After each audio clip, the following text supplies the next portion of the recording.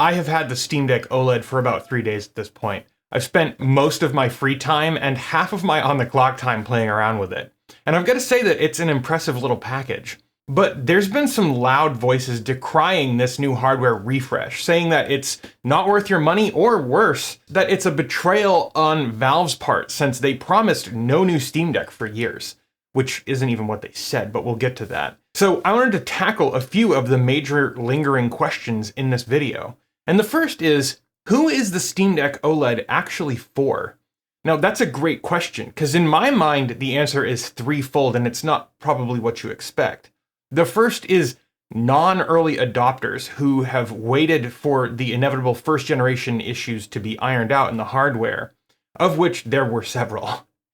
The next is more, quote, discerning gamers, to put it politely, who opted to not purchase the LCD model because of some aspect like Wi-Fi 5 or the screen or battery life, and they just weren't up to their standards. And finally, those Steam Deck owners who are dissatisfied in one aspect or another of the Steam Deck that they already own. Something like, again, the screen, the Wi-Fi speeds, the battery life, what have you.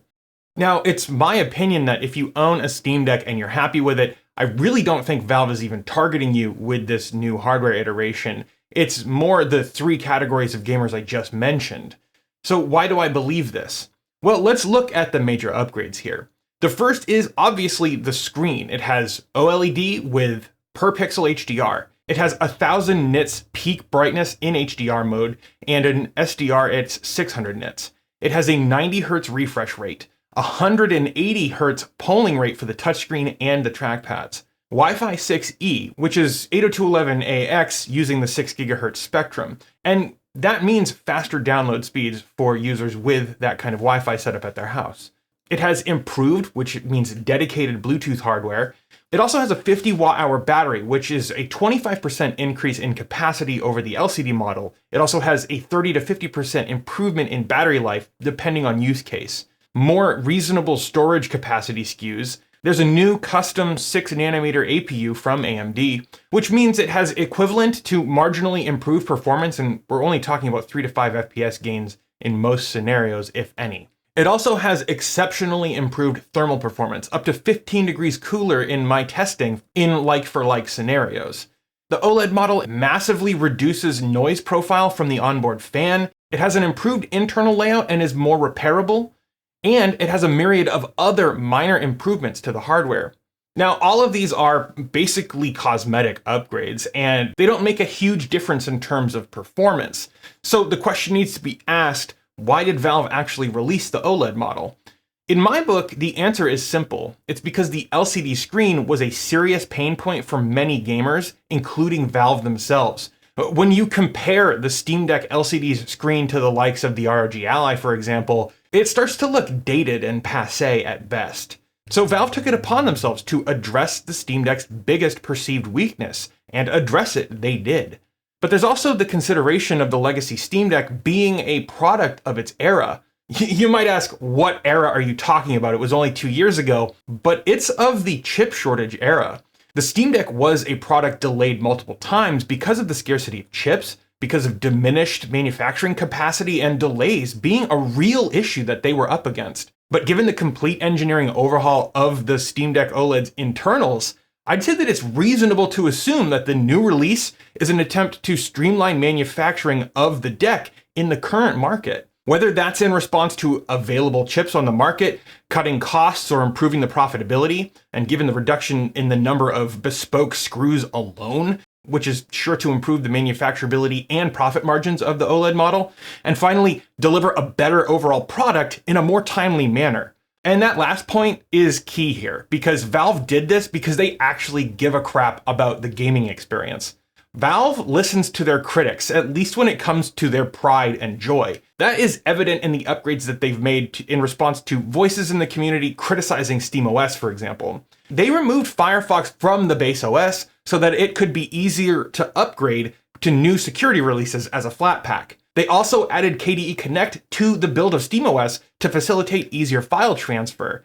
The fact that they built an operating system specifically for their hardware, rather than using a suboptimal off-the-shelf OS that would have deprived them of their ability to deliver an outstanding user experience, I think that proves their dedication to the end user and their experience.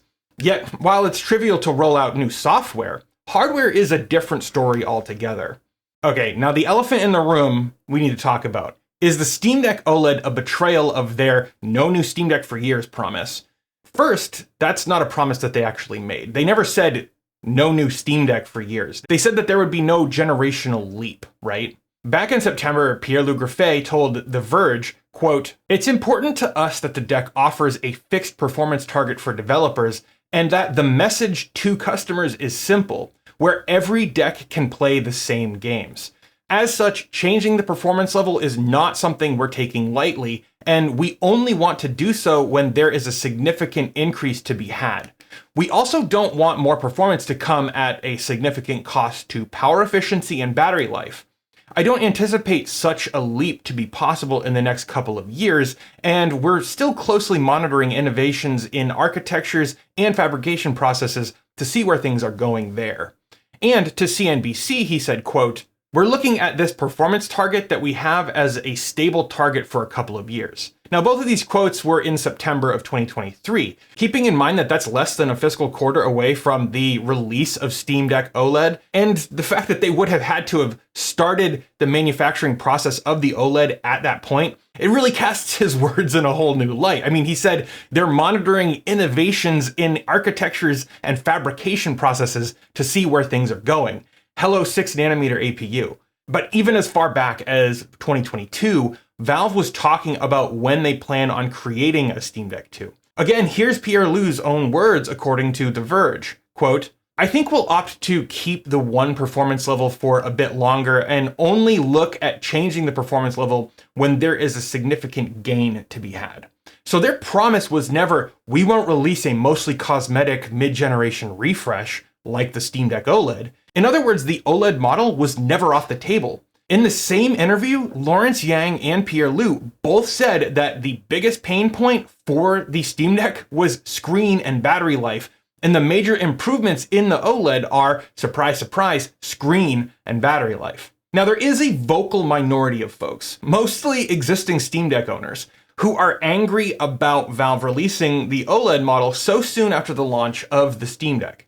Now, I would argue that if this new model had upgraded everything else in exactly the same way, except for including an OLED screen, I don't think that anyone would have batted an eye at this. These people who are angry now, I think that it's really because the OLED screen is such an obvious and staring you right in the face kind of improvement that it induces a very real, very lame, gamer-sized FOMO that the modern gaming industry is built on.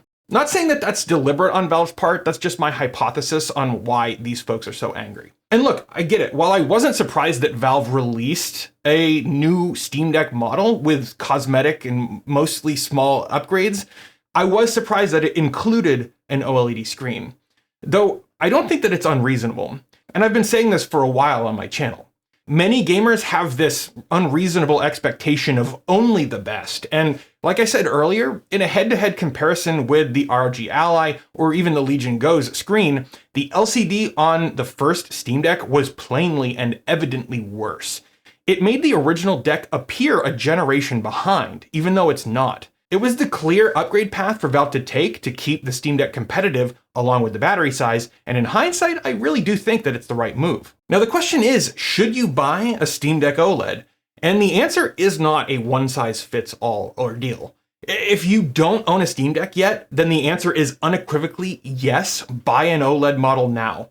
This is the definitive Steam Deck experience. The improved battery life, the haptics, the storage, input, wireless connectivity, and the screen, obviously, result in the best handheld PC on the market, bar none. If you currently own a Steam Deck, though, the answer is less clear-cut. If you have the money and any of the improvements will result in a better quality of life for your gaming experience, go for it. If you have an LCD model and you would consider selling it to subsidize the upgrade, then it's probably worth it for you to do so in my book.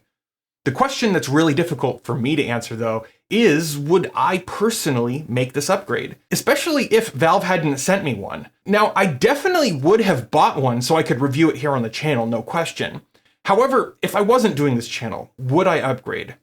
If I hadn't personally witnessed the vast improvement that the screen makes, how snappy the upgraded polling rate on the touchscreen and trackpads feel, how much lighter the OLED model feels in my hands, the better thumbsticks, the improved wireless connectivity, I don't think that I would have even considered making the upgrade, to be truthful. And the reason is because I already own a Steam Deck, and on paper, all of these upgrades are mostly cosmetic and not necessary to your gaming experience.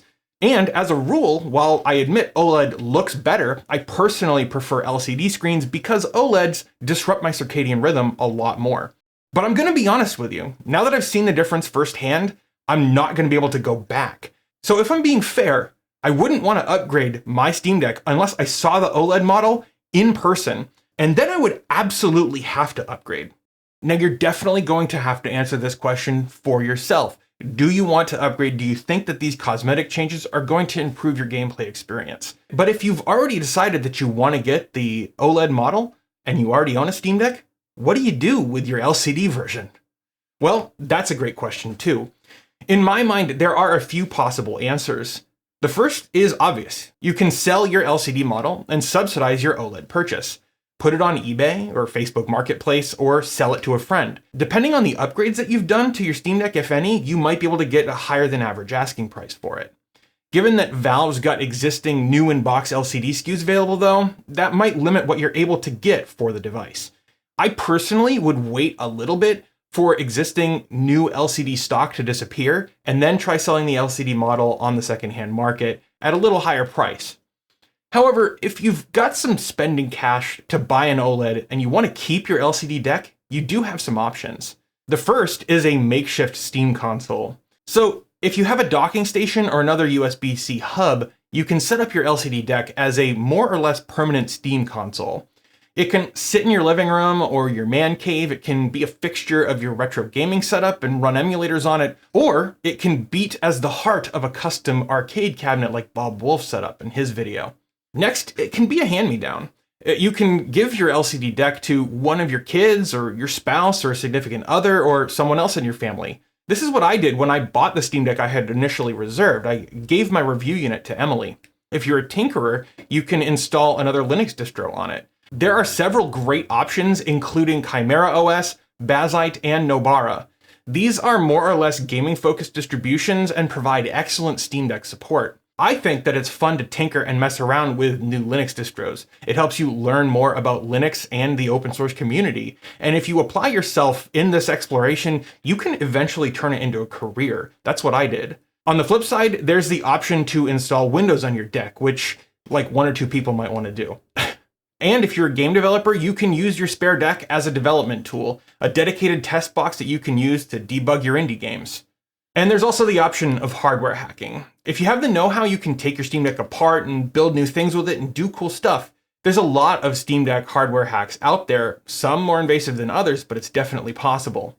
The thing is, I can go on and on about the Steam Deck OLED and why Valve might have done it, and all the reasoning and all the justification or whatever, but when it comes down to it, the question of if you should buy this Steam Deck is going to be up to you. You need to answer that question for yourself, and I'm here so that I can try and help guide your decisions in an informed way. If you have questions about the OLED Steam Deck, leave them down below. I've seen so many comments asking if you can transfer the M2 drive from your existing LCD Steam Deck into the OLED Steam Deck, and at the moment, I'm not going to try that because the OLED Steam Deck is on a completely different developmental branch of SteamOS.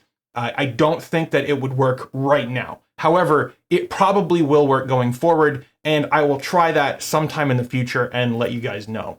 Until that point, I want to know what you think about if you're going to update to the latest model of the Steam Deck, if you're going to get an OLED. Why or why not? And if you're going to upgrade and you already own an LCD version, what are you going to do with the LCD version? Leave me a comment and let me know. I'm really excited to hear you guys' thoughts on this topic.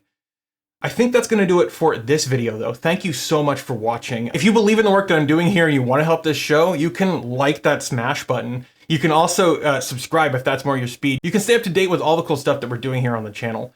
I think that's going to do it for now, though. Thank you so much for watching, and I'll see you guys in the next one.